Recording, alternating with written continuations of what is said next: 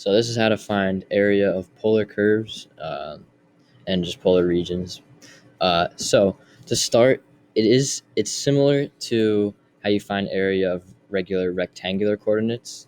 However, it uses sectors of circles instead of rectangles. So, for instance, if you just have like a regular rectangle in the regular rectangular coordinate system, it would be area equals length times width. However, for area of polar curves, it's more circles and sectors of circles. So, for example, the area of a sector of a circle is a equals 1/2 theta r squared. So it uses r and theta instead of x and y or length and width. So, for example, if you have a graph like this, um, you can draw triangles or different sectors, basically.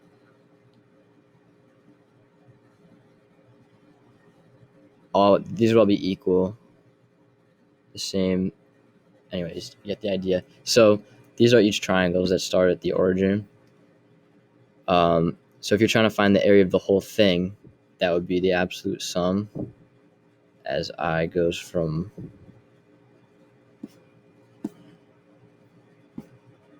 1 to n of the area of each of these. So 1/2 delta theta times f of theta squared.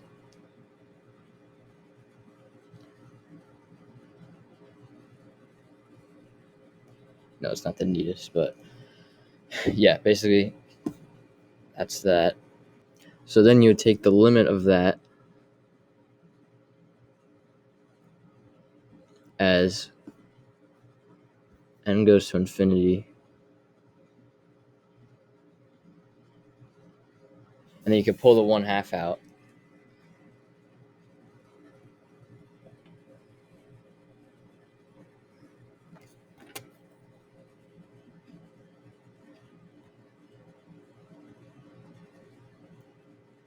And then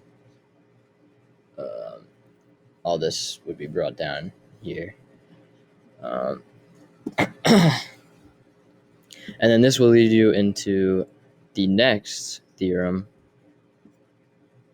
which would be that the total area equals 1/2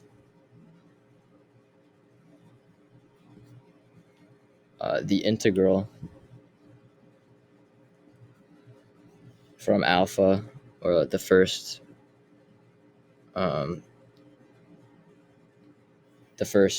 value of theta to beta of r squared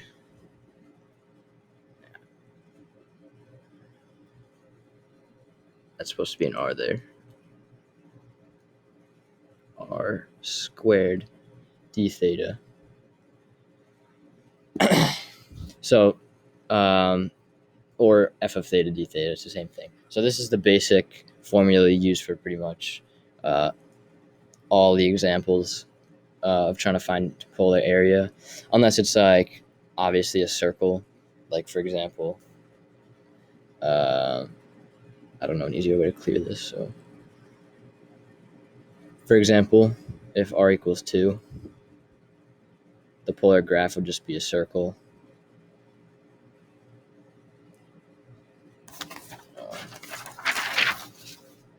Would just be a circle of radius 2 centered at the origin. So you just know area of a circle is pi r squared. So you could just do it like that. So to find the area of r equals sine theta plus 1, for example, well, you could do this. Let's say for this first example that it's you're allowed to use a calculator. So what you would do is you would hit y equals and then plug in that equation, except change r for y and then theta for x. So you'd plug in y equals sine x plus 1 squared, because in the equation it's r squared d theta. So plug in sine theta plus 1 squared. And then you have to know what the interval you're looking for is. So let's say you're asked to find the area in the first quadrant, you would try to find the integral from 0 to pi over 2, because pi over 2 is the y-axis in terms of theta. But if you're trying to find, say, like the whole graph, you would do from 0 to 2 pi. It basically depends on what the question's asking. And then once you find that interval, then you do times 1/2, and then you should find the area from that. If you're not allowed to use a calculator, it is definitely much more difficult. So what you would first do is graph it. So I think the easiest way to graph is by making r equals the same way you put in the calculator. R is y, and then sine theta becomes x. And then you put that graph on rectangular coordinates. So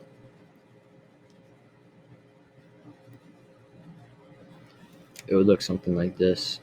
Goes up, down, transverse, and then you could keep going. But anyway, you could find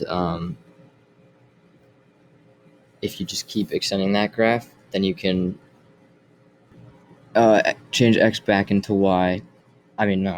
Change these x coordinates back into the r value, and then the y.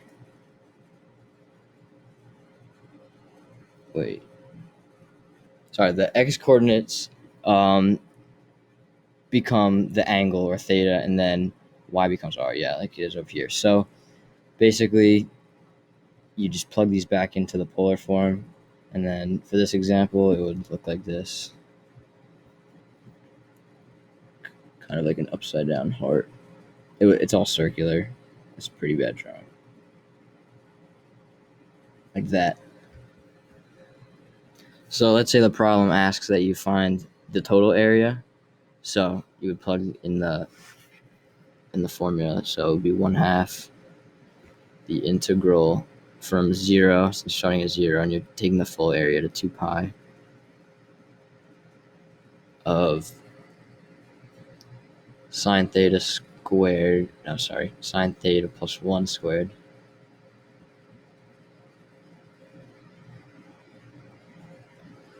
d theta. So the first step would be to multiply this all out. So that would be sine squared theta plus 2 sine theta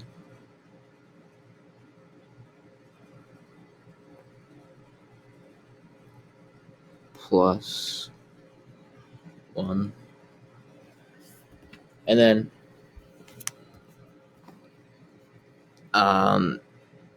you take the antiderivatives of all of these because it's an integral. But one thing, for sine squared theta and cosine squared theta, they both have these identities. So sine squared theta equals 1 minus cosine 2 theta over 2,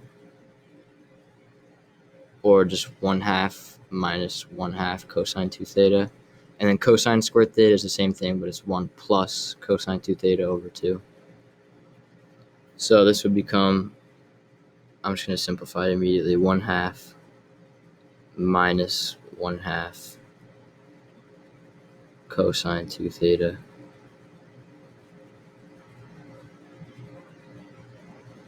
And then plus 2 sine theta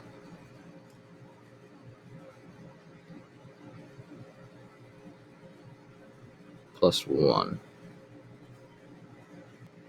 So then you antiderive all this. The 1/2 plus 1 would just be 3/2. So you just cut right to 3/2. And since it's d theta, so 3/2 theta minus, this would go to 1/4 sine 2 theta because if you derive that, it would be cosine 2 theta, but then the 2 comes out here, and then that cancels out, become minus 1/2. And then minus 2 cosine theta.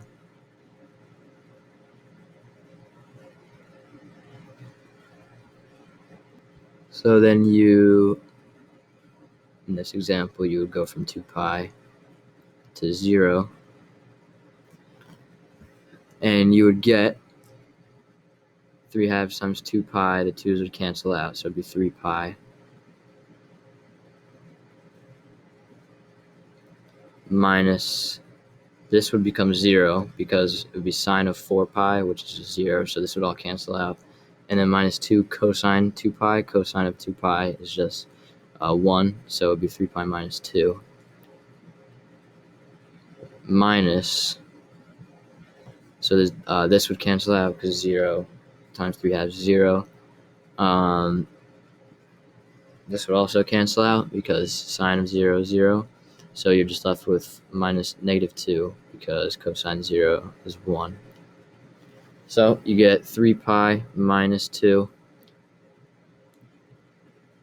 and then this becomes positive plus 2. So that just all cancels out. And you're left with 3 pi, but the equation says it's 1/2 times the integral from alpha to beta of r squared d theta, so you have to multiply this by 1/2, and you get 3 pi over 2. And if you use the calculator, you would get the same answer. So if you have two curves, and the question asks you to find like a certain area relating to the two curves, like, so yeah, I drew it's not a good graph, but a graph of these two curves right here.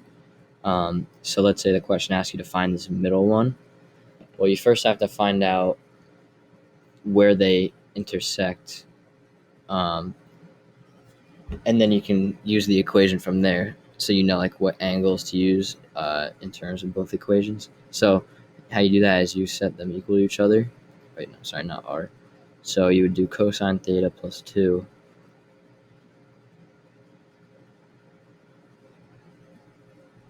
equals 2. And then the 2's would cancel out, and you would just get where cosine theta equals 0.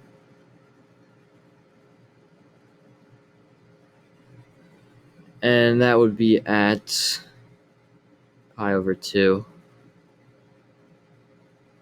and 3 pi over 2.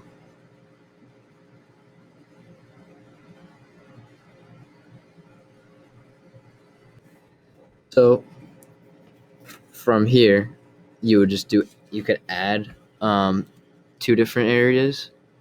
So you would do 1/2 the integral from, there's multiple ways you could do this, but this is, in my opinion, the easiest. You do from negative pi over 2 to pi over 2 of r equals 2, because that's this circle here, not this outside one. So you'd find basically this area to the right of the y-axis without getting this area out here. So you'd do 2 squared or 4 d theta plus 1/2, and then you do from pi over 2 to 3 pi over 2